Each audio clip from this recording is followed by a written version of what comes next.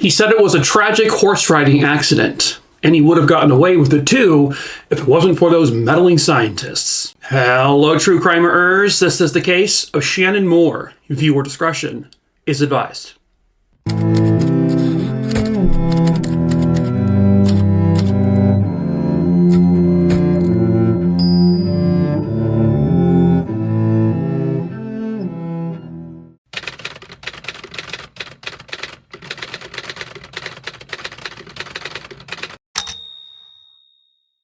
Shannon Mohr first came into the world on September 1st, 1954, and she was raised in Toledo, Ohio. She was born into a very devout Catholic family. She grew up in a very loving home. She got everything she ever needed or wanted.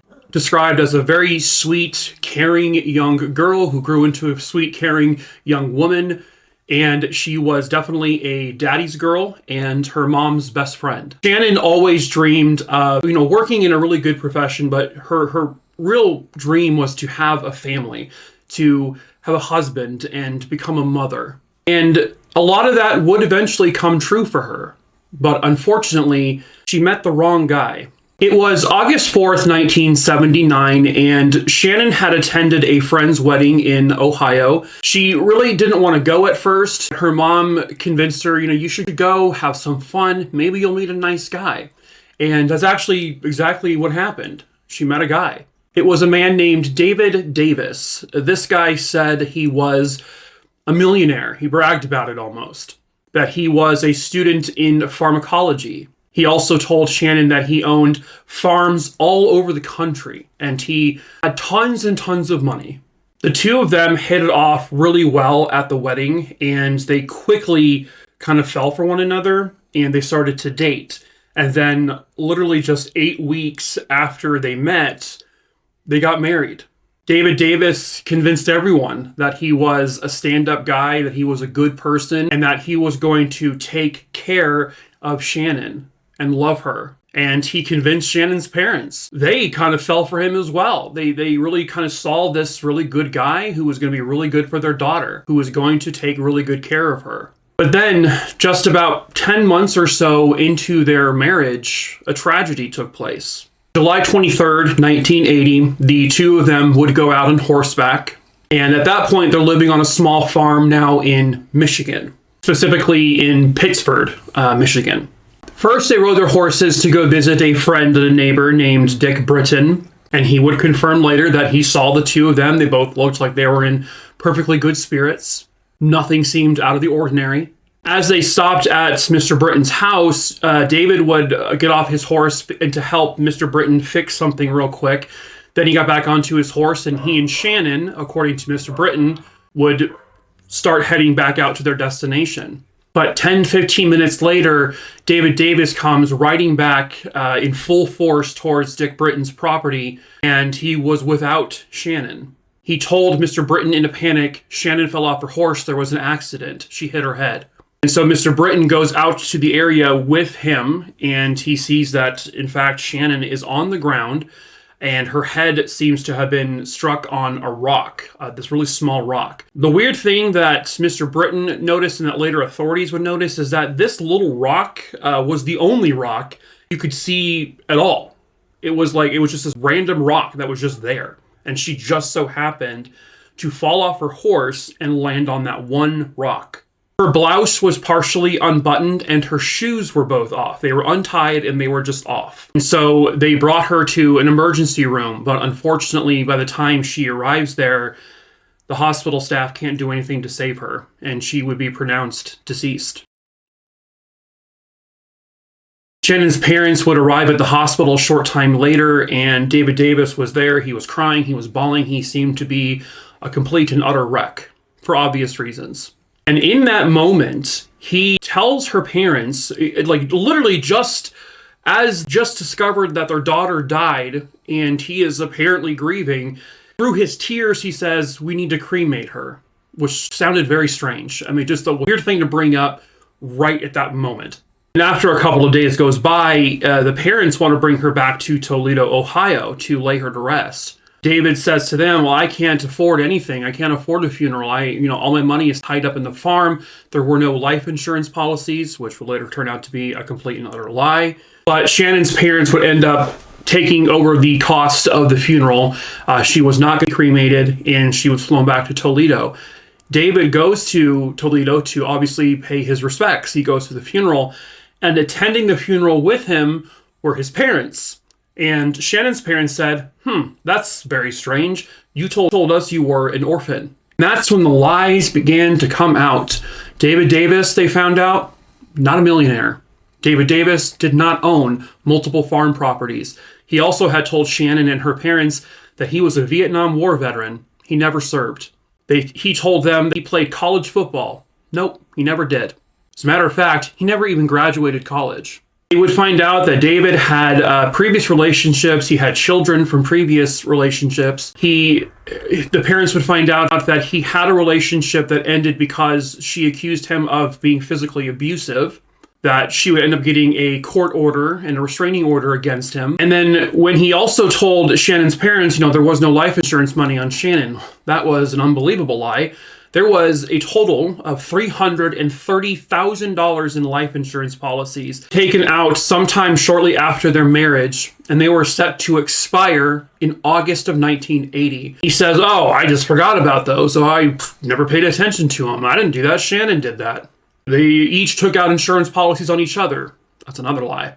Also found out that just shortly after Shannon's death, David got himself a new girlfriend and was planning to travel to Florida with her. And while all of his behavior and his lies were obviously incredibly suspicious and very strange, that wasn't evidence to show that he killed Shannon, just that he was kind of a piece of shit.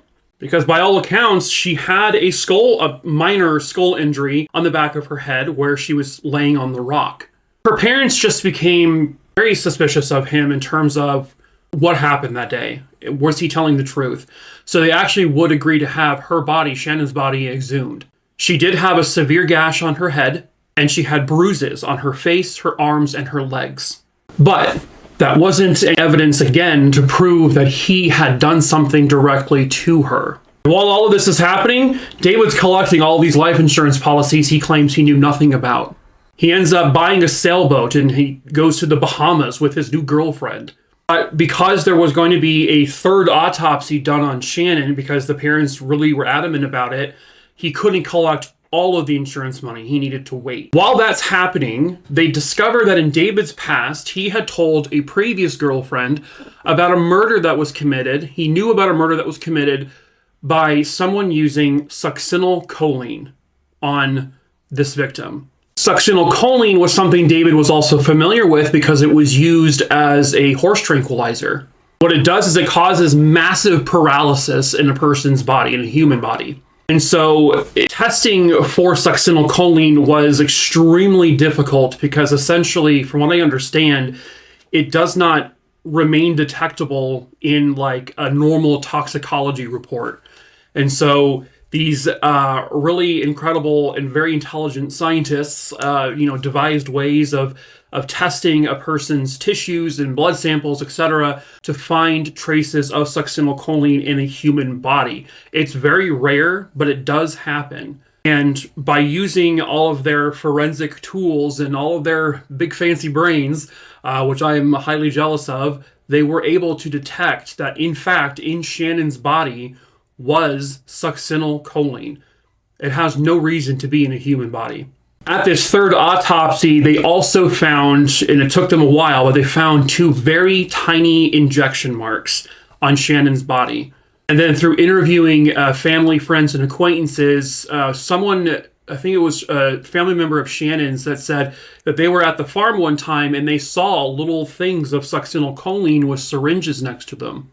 And they were able to finally link succinylcholine to David Davis directly, meaning they could confirm and they could prove that he had access to this drug, and then they could confirm with scientific and forensic evidence that Shannon had a high enough level of succinylcholine in her body.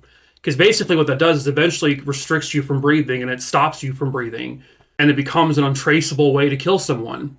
And so what they surmised was that they went out on their horses, something happened out there in that clearing where Shannon eventually was found, and he had injected her with succinylcholine, which acts pretty quickly, and she became motionless, and he probably slammed her head against the rock just enough to make some blood, come out and give her some kind of injury. He wanted to make it look like an accident. Based on the life insurance policies, based on the fact that he basically already had a girlfriend on the side ready to mingle with after Shannon's death, based on all of the lies he told, they were able to establish that this was a premeditated murder.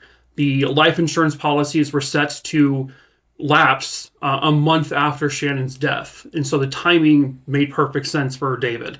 And ultimately, the goal here, the motive here, was money. David didn't have the money he said he did, but he could have a way of getting it if Shannon was dead. And he was this close to getting away with it. It's kind of unbelievable. Had he not told a previous girlfriend about a succinylcholine-related murder, they probably never would have pieced this together. They never really would have thought to look for succinylcholine in a person's body. So the police issued a warrant for the arrest of David Davis, and the police went to go enforce that warrant. But when they arrived, David was gone, and he fled authorities. He became a wanted fugitive. The case then airs on shows like Unsolved Mysteries, America's Most Wanted, and they are finally able to capture David because of those shows. On December 28th, 1988, the show re-aired. It was a rebroadcast, and a viewer called in and said, "That's my former boyfriend, David Meyer Bell. That's exactly who he is." They found out that he was now living on an island in Samoa, which is a couple thousand miles south of Hawaii. On January 6, 1989, they're able to locate David Davis in Samoa, and they are finally able to place handcuffs on him, and he is arrested. And then he is extradited back to the States. Found out that while he was there in Samoa, he got his license to be a pilot. He had gotten into several different relationships, and he was just living his best life. In November of 1989, his trial would commence. They had former ex-girlfriends testify against David about all the things he has done and said about the past physical abuse. They had forensic people go on the stand to testify about the succinylcholine. They also had the previous girlfriend testify about him mentioning succinylcholine. They were able to produce witnesses and proof that he had access to that drug. They provided evidence, proof, and witnesses with regards to the money and to the lies.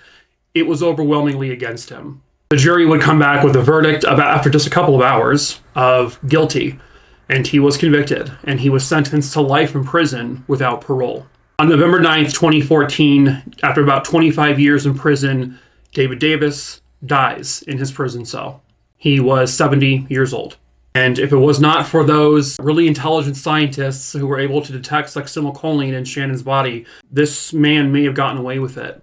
He was that close to getting away with it. But thankfully, in the end, Shannon Mohr got the justice she very rightfully deserved. But that is it for this case. True crime, a Rooney Dooney Dingleberry Dongs. I hope you found it interesting. As usual, please subscribe, give this video a like, hit the bell so you're notified of all my posts. I tell true crime stories here on YouTube multiple times a week, so please subscribe to the channel. And also, if you want to see short-form true crime stories, I tell them over on TikTok. The link to my TikTok is in the link tree in the description of this video below. So follow that if you like. And also in that link tree, you'll find my case list. If you scroll through it, it's alphabetical. If you don't see a name on there that you would like me to cover at some point, just send me a quick email. My email is listed below as well. Just the name of the case, where it happened, and when it happened, and I'll add that name to my list. So yeah, eventually I will get to that name. If you are a loved one who wants their story covered ASAP, maybe it's a current missing person or a recently murdered person, and you really want me to cover that case ASAP, just send me an email.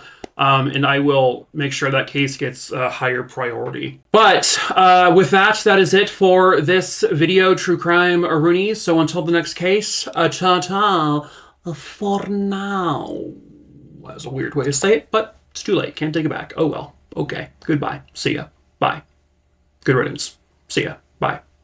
Bye. Bye.